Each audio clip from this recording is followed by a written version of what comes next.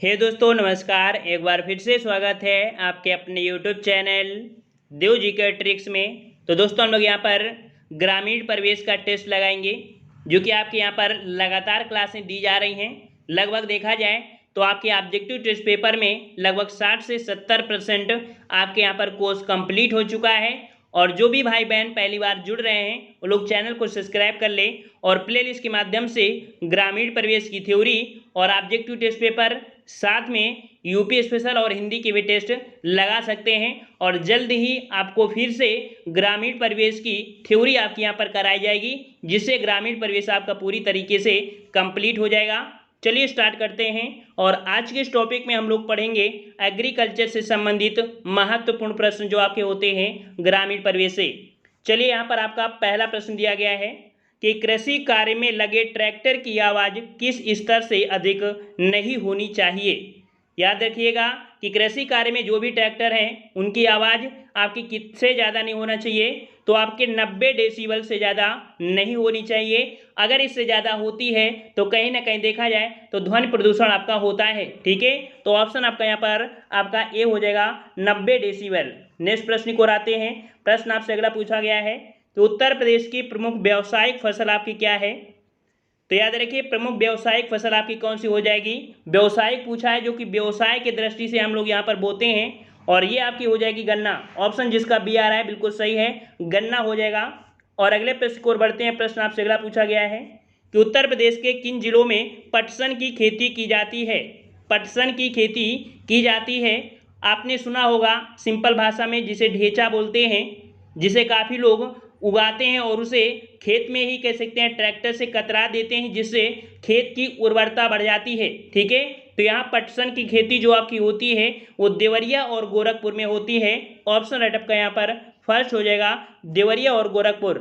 अगले प्रश्न को आते हैं। प्रश्न आपसे अगला है, ब्रिटिश शासन के दौरान उत्तर प्रदेश में भूमि पंजीकरण किस अधिकारी के द्वारा किया जाता था।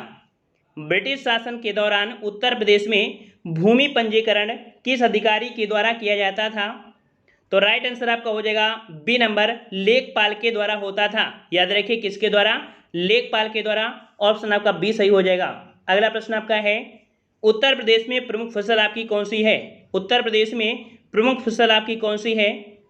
तो राइट आंसर आपका यहाँ पर हो जाएगा कौन सी, ऑप्शन आपका यहाँ पर बी हो जाएगा, गेहूं। ठीक है, कौन सी आपकी है, तो आपकी गेहूं है। बी नंबर आपका यहाँ पर सही हो जाएगा। ठीक है, और अगर आपसे क्वेश्चन पूछे कि भारत में सबसे ज़्यादा आपकी कौन सी आपकी होती है, तो आपकी धान की खेती होती है। ठीक है, प्रमुख खाद्यान्न फसल आपकी जो है वो आपकी धान ही रहेगा, याद रखिएगा। ठीक है, और अगले प्रश्न की ओर बढ़ते हैं। प्रश्न आपसे अगला पूछा गया है, यहाँ पर प्रश्न आपसे पूछा गया है जो कि कह रहा आपसे कि उत्तर प्रदेश के भावर क्षेत्र में किस प्रकार की मृदा पाई जाती है।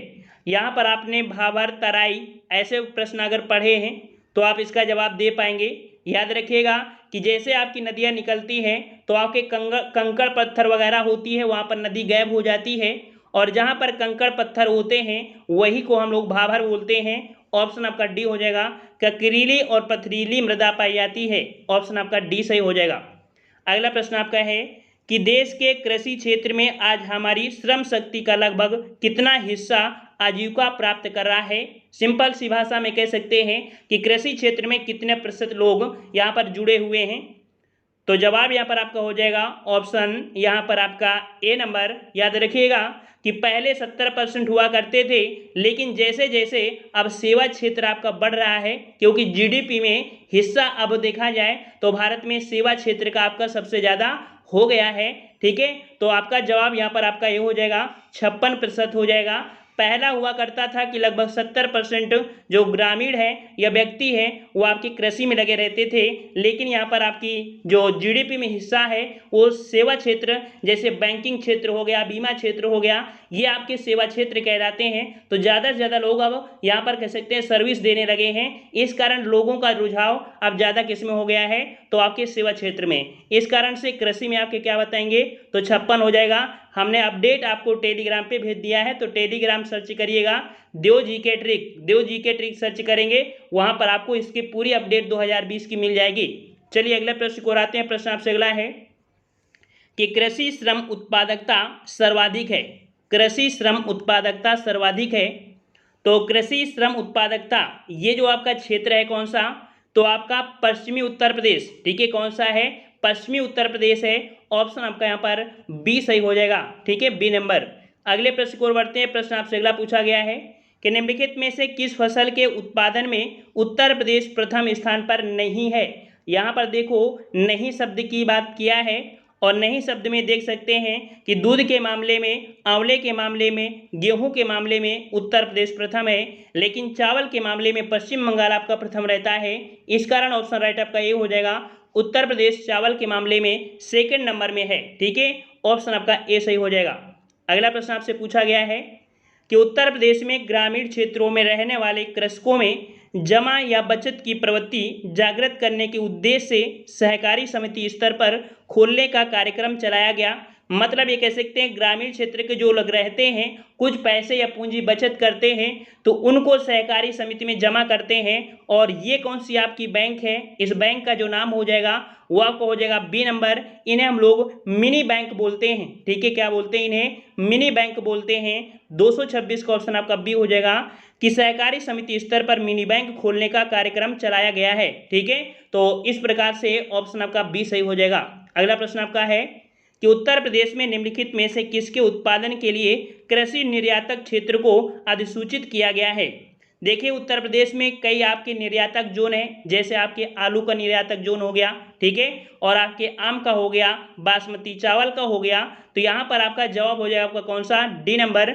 आपका यहाँ पर डी हो जाएगा। जैसे आपका आगरा है वो आपके आलू निर्यातक जोन है। ठीक है, निर्यातक जोन की बात कर रहे हैं। ठीक है, तो इस प्रकार से यहाँ पर कह सकते हैं आपके निर्यात होते अर्थात बेचे जाते हैं। ऑप्शन आपका यहाँ पर डी सही हो जाएगा। आई होप आपको पूरा का पूरा प्रश्न आपको समझ में आ रहे होंगे। चलिए अगला प्रश्न आपका है कि भारतीय शाक भाजी शोध संस्थान स्थित है। भारतीय शाक भाजी शोध संस्थान स्थित है कहाँ पर, तो राइट आंसर आपका क्या हो जाएगा, यहाँ पर राइट आंसर सही हो जाएगा आपका यहाँ पर आपका वाराणसी। ठीक है, कहाँ पर है, तो आपके वाराणसी पर है। अगले प्रश्न की ओर बढ़ते हैं। प्रश्न आपसे अगला पूछा गया है, हाँ कह रहा आपसे कि उत्तर प्रदेश के कतिपय क्षेत्रों में भूमिहीन श्रमिकों को उन्हीं परिवार के खेतों पर श्रम करना पड़ता है जहां उनके माता पिता करते थे। यह प्रथा क्यों जारी है। याद रखिएगा कि जिनके पास खेती नहीं है, उनके पिताजी अगर कृषि कर रहे हैं कहीं जगह किसी जगह, तो उनके पुत्र भी वहाँ पर करेंगे। और ये प्रथा जो आपकी है, इस प्रथा का नाम है आपका जजमानी प्रथा के अधीन होती है। ऑप्शन आपका फर्स्ट हो जाएगा, उसे हम लोग जजमानी प्रथा बोलते हैं। ऑप्शन आपका यहाँ पर फर्स्ट हो जाएगा। ठीक है, और अगले प्रश्न को आते हैं। प्रश्न आपसे अगला पूछा है कि उत्तर प्रदेश में सिंचाई का सबसे सस्ता एवं मुख्य साधन क्या है। सस्ता और मुख्य साधन की बात करें तो याद रखिएगा सस्ता आपका कौन सा हो सकता है, नहर ही तो हो सकती है ना। तो सिंपल सी बात है, ऑप्शन आपका डी हो जाएगा, आपका नहर हो जाएगा। ठीक है, और अगले प्रश्न को आते हैं। प्रश्न आपसे अगला पूछा गया है कि गेहूं में प्रोटीन का प्रतिशत कितना होता है। गेहूं में प्रोटीन का प्रतिशत कितना होता है, तो याद रखिए गेहूं में प्रोटीन का प्रतिशत आपका होता है आपका 12%। ठीक है, ऑप्शन आपका यहाँ पर फर्स्ट हो जाएगा, 12% होता है। और अगले प्रश्न को आते हैं। प्रश्न आपसे अगला है कि उत्तर प्रदेश चकबंदी अधिनियम कब पारित किया गया। उत्तर प्रदेश चकबंदी अधिनियम कब पारित किया गया था। राइट आंसर आपका हो जाएगा 1953। ठीक है, कब किया गया था, 1953 में उत्तर प्रदेश में चकबंदी अधिनियम आपका पारित किया गया था। और चकबंदी हमने आपको बताया था कि जो आपकी छोटी छोटी आपकी खेतें होते हैं, टुकड़े होते हैं, उनको एक जगह इकट्ठा कर देना और यहाँ पर कह सकते हैं कि इसे चकबंदी कहते हैं। ठीक है, छोटे छोटे टुकड़ों को एक जगह निश्चित कर देना, उसे हम लोग चकबंदी कहते हैं। तो यहाँ पर आपका जवाब आपका सी हो जाएगा। अगले प्रश्न की ओर बढ़ते हैं। प्रश्न आपसे अगला है कि उत्तर प्रदेश में 2 फसली सिंचित कृषि जोत की अधिकतम सीमा कितनी है। 2 फसली सिंचित ज्योति की जो अधिकतम सीमा है वो आपकी कितनी है। राइट आंसर आपका हो जाएगा ए नंबर, आपकी 5 हेक्टेयर। ठीक है, कितनी है आपकी 5 हेक्टेयर है। ऑप्शन आपका ए हो जाएगा। अगला प्रश्न की ओर आते हैं। प्रश्न आपसे अगला है कि स्त्रीकरण को कायम रखने के लिए उत्तर प्रदेश में जमींदारी उन्मूलन अधिनियम कब लागू किया गया। उत्तर प्रदेश में जमींदारी उन्मूलन अधिनियम कब लागू किया गया। अगर लगातार आप क्लासेस ले रहे हैं तो यह प्रश्न आप आसानी से बता सकते हैं। और यहाँ पर आपका जो जवाब हो जाएगा ऑप्शन आपका हो जाएगा ए नंबर 1951 में। ठीक है, 1951 में। अगला प्रश्न आपसे पूछा गया है निम्नलिखित में से कौन सा अम्लीय धरती पर सफलता से उगाया जा सकता है? कौन सा अम्लीय फल धरती पर आसानी से या सफलता से उगाया जा सकता है? यहाँ पर 235 का जवाब हो जाएगा ऑप्शन यहाँ पर ए नंबर आपका हो जाएगा, जो तरबूज होता है। ठीक है, तरबूज होता है या आपकी आसानी से यहाँ पर कह सकते हैं उग सकता है। थोड़े से यहाँ पर अम्लीय शब्द बोला गया है। ठीक है, तो अम्लीय शब्द आपका किस में मिलता है? तो तरबूज में आपका होता है। ठीक है, और यहाँ पर अगले प्रश्न को आते हैं। प्रश्न आपसे अगला है, और देखो अम्लीय का मतलब ऐसा नहीं है कि पूरी तरीके से इतना खट्टा हो जाए कि आप खा भी ना पाओ। ठीक है, उसमें कुछ ना कुछ मात्रा होती है, जैसे आपके मिर्च में भी होती है। ठीक है, पपीते में आपको देखने को मिलता है, लेकिन कह सकते हैं कुछ ही मात्रा आपकी होती है ना, इस कारण से। ठीक है, अगला प्रश्न आपका है कि उत्तर प्रदेश की नई कृषि नीति निर्धारित विकास दर क्या है? देखिए, नई कृषि नीति में जो निर्धारित किया गया है विकास दर, वो विकास दर जो निर्धारित किया गया है वो आपका 5.1%। ऑप्शन आपका ए सही हो जाएगा। ठीक है, आपका ए नंबर सही हो जाएगा। अगला प्रश्न आपका है कि भू कृषि का रिकॉर्ड कौन सा है? भू कृषि का रिकॉर्ड कौन सा है आपका है? तो भू कृषि का रिकॉर्ड जो करता है ये आपका है कौन? तो इसे बोलते हैं गिरदावरी। क्या बोलते हैं उसे? गिरदावरी बोलते हैं। ऑप्शन आपका यहाँ पर बी हो जाएगा। ठीक है, और अगला प्रश्न आपका है कि एक बिस्वा का एक बीघा से क्या अनुपात है? एक बिस्वा का एक बीघा से क्या अनुपात है? इस प्रश्न को भी हमने आपको बताया था। ठीक है, कि एक बीघा में कितने बिस्वा होता है, यह अनुपात जो आपको बताया था। तो आपके एक बिस्वा, जो कि ऑप्शन आपका यहाँ पर 238 का फर्स्ट हो जाएगा, 1 = 1 बिस्वी, मतलब एक बिस्वा होता है। ठीक है, एक बिस्वा का एक बीघा से अनुपात क्या होता है? और तो 1:20 का अनुपात होता है। ठीक है, हमने बताया था कि अगर 20 बिस्वा हैं, 20 बिस्वा को अगर हम 1 में कर देंगे तो ये आपका यहाँ पर बीघा कहलाएगा। ठीक है, तो इस प्रकार से ऑप्शन आपका ए सही हो जाएगा। अगला प्रश्न है कि 1 एकड़ कितने वर्ग गज के बराबर होता है? 1 एकड़ कितने वर्ग गज के बराबर होता है? 239 का जवाब देना है, और 239 का जवाब सही क्या हो जाएगा? सही जवाब यहाँ पर हो जाएगा ऑप्शन राइट आपका यहाँ पर ए नंबर 4840। ठीक है, कितना होता है? तो 4840 वर्ग गज के बराबर होता है। रट लीजिएगा यह प्रश्न, यहीं से क्वेश्चन आपका बनता है और इसी से परिवर्तन आपके होते हैं। जो भी परिवर्तन होते हैं इसी से निकाला जाता है।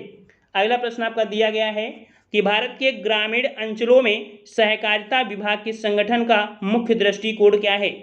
भारत के ग्रामीण अंचलों में सहकारित विभाग के संगठन का मुख्य दृष्टिकोण जो आपका है वो आपका क्या है? तो यहाँ पर आपका पहला पॉइंट है कि कृषकों को सस्ते ऋण की सुविधा उपलब्ध कराना, जो कि बिल्कुल सही है। बी नंबर आपका है कि ग्रामीण एवं शहरी जनता के निर्बल और निर्धन वर्ग को समृद्धिशाली बनाकर उनके स्तर को ऊंचा करना। यहाँ पर दोनों ही पॉइंट आपके सही हैं, जो कि ऑप्शन आपका यहाँ पर सी सही हो जाएगा। ठीक है, अगले प्रश्न की ओर बढ़ते हैं। प्रश्न आपसे अगला पूछा गया है, उत्तर प्रदेश में विधानमंडल क्षेत्र विकास निधि, जैसे विधायक निधि बोलते हैं, तो विधायक निधि का परिचालन किस विभाग के द्वारा किया जाता है?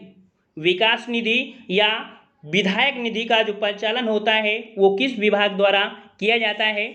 यहाँ पर आपका जवाब सही क्या हो जाएगा? तो जवाब हो जाएगा ऑप्शन राइट आपका यहाँ पर फर्स्ट नंबर आपके ग्राम विकास विभाग द्वारा। ठीक है, ऑप्शन आपका यहाँ पर आपका ये हो जाएगा ग्राम्य विकास विभाग के द्वारा परिचालन किया जाता है, जो कि विधायक निधि का होता है।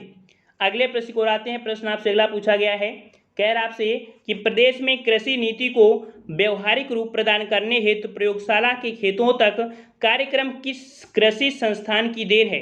मतलब जो आपके कह सकते हैं कि कृषि नीति है, इसको व्यवहारिक रूप से देखा जाए तो नया स्वरूप प्रदान किया है, और ये जो प्रयोगशाला है ये कह सकते हैं, ये आपका कह सकते हैं जो कृषि संस्थान है वो आपका कृषि संस्थान कौन है?